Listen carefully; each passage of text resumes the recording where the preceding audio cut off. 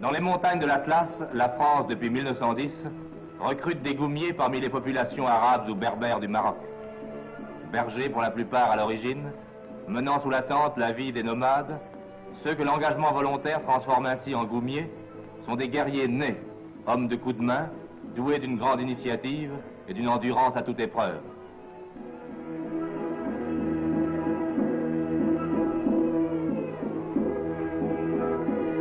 Leur entrée dans les goums, sanctionnée par la pose de leurs empreintes digitales sur les registres militaires, fait la joie et l'honneur de leur famille, restés, malgré la vie pastorale, passionnément attachés aux traditions guerrières ancestrales.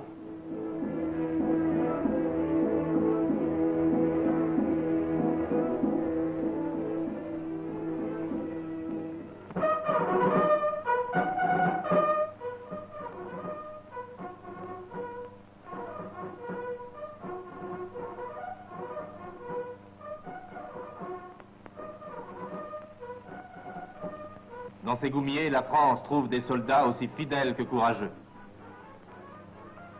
Après son engagement, le goumier continue de vivre dans le souk, à la construction duquel il travaille d'ailleurs lui-même. Souk des hommes mariés, souk des célibataires.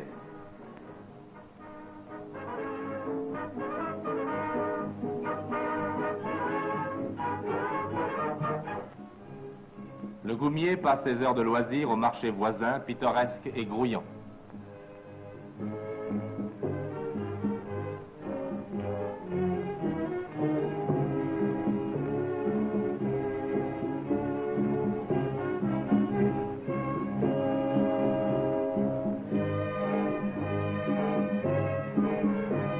Ces farouches guerriers ne croient pas déchoir en pratiquant l'art paisible du tricot.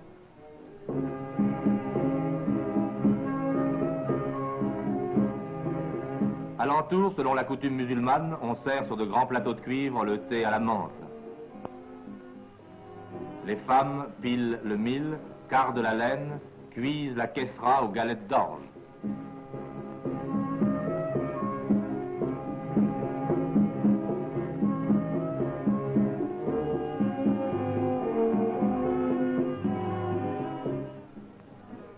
La vie familiale est à l'honneur.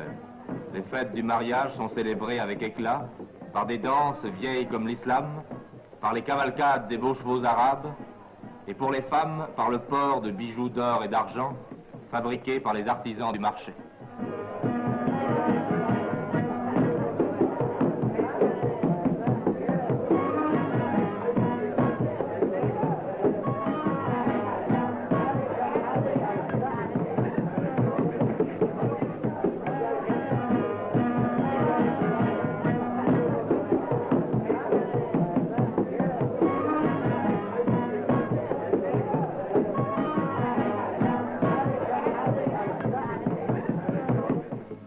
Le cheval, la guerre, conditionnent la plupart des activités de ces artisans. Les armes sont des objets sacrés, qu'il s'agisse du moukala, c'est-à-dire du fusil, de la baïonnette ou du poignard manié avec une dextérité foudroyante. Les goumiers, encadrés par des officiers français d'élite, sont continuellement entraînés et maintenus en état d'alerte.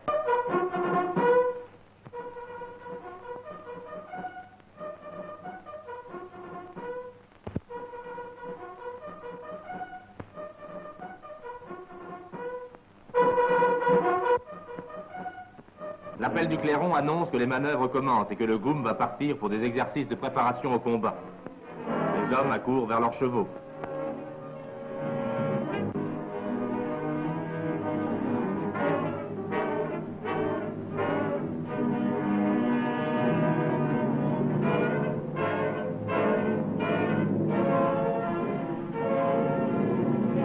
Les femmes ne sont pas là seulement en spectatrices. Elles aident les guerriers à sceller leur monture.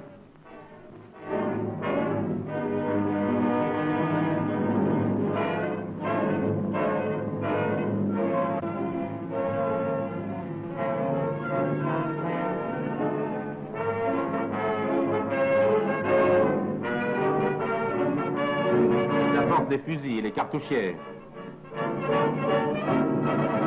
Tout est prêt, à demi dressés sur leurs étriers. Les cavaliers accomplis partent au galop vers la montagne.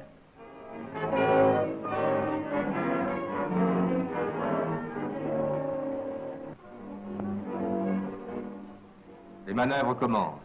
Une estafette part en reconnaissance à pied.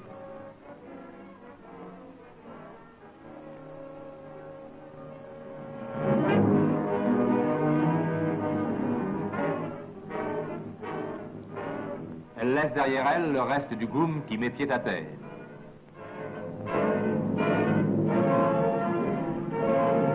Précisons en passant qu'un rassemblement de 4 GUM comme celui-ci forme un tabor dont le nom a été rendu célèbre par les communiqués mondiaux et qu'une méhala se compose elle-même de plusieurs tabors.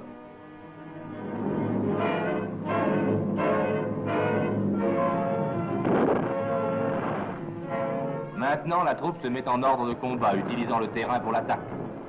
Armés à l'origine du seul fusil et du poignard, les goumiers possèdent aujourd'hui des armes automatiques et même des mortiers.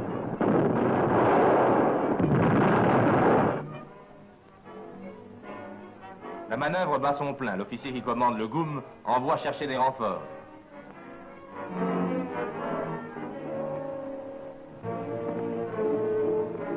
L'ordre de départ est à peine donné que le village militaire s'agite comme une fourmilière.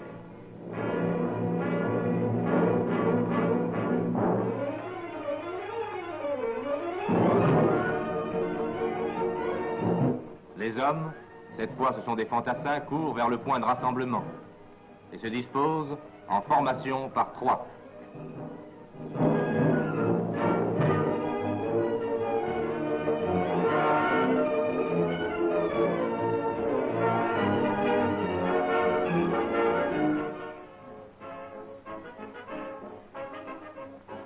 En avant, à la suite de l'officier à cheval, derrière le fanion du GUM et l'enseigne de crâne cheval surmontée du croissant de cuivre.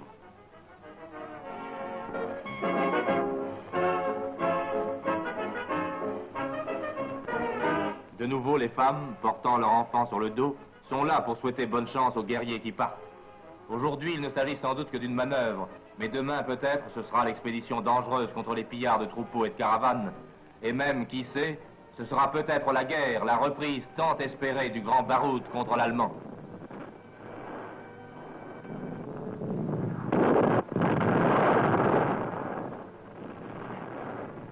À travers un dur terrain dont ils ont depuis toujours l'habitude, et qui fait d'eux d'incomparables soldats de montagne, les goumiers avancent en courant. Chaussés de sandales et de bas de laine multicolores, ils sont revêtus de la gandoura grise et brune faite de laine ou de poils de chameau. Leur coiffure est le chèche, qu'ils déroulent et qui les protège alternativement contre le sable, le soleil ou le froid.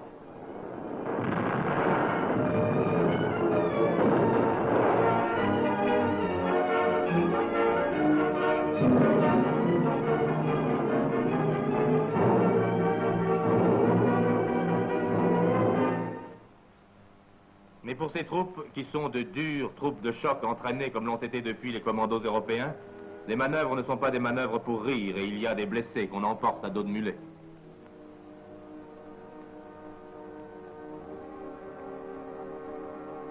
Et maintenant, c'est le repos bien mérité.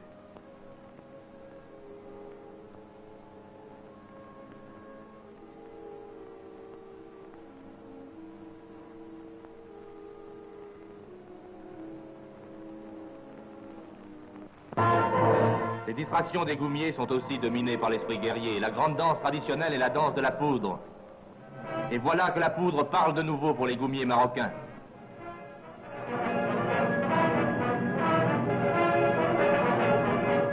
L'heure du retour dans la guerre a sonné.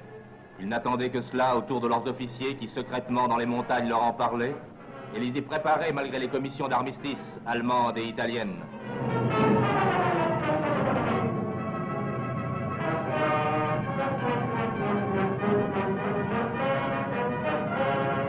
On les a vus toujours ardents, toujours loyaux, toujours victorieux, en Tunisie, en Sicile, en Corse, en Italie. Les positions les plus dures, les pitons les plus abrupts ne leur faisaient pas peur. Agiles comme des chats, ils atteignaient et délogeaient l'ennemi malgré ses retranchements, lui enlevaient ses armes. Leur héroïsme, leur fidélité à la France, qui tend de plus en plus à les entraîner comme des troupes régulières, ont été récompensés.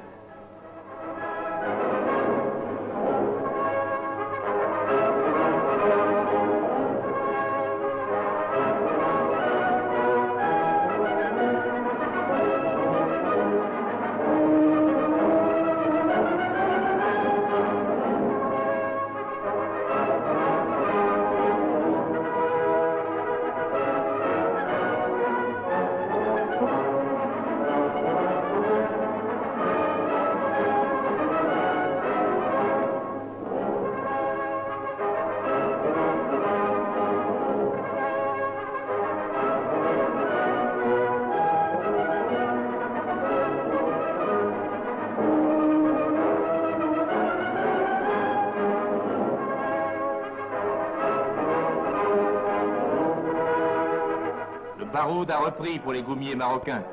Il ne cessera plus qu'avec la libération de la France.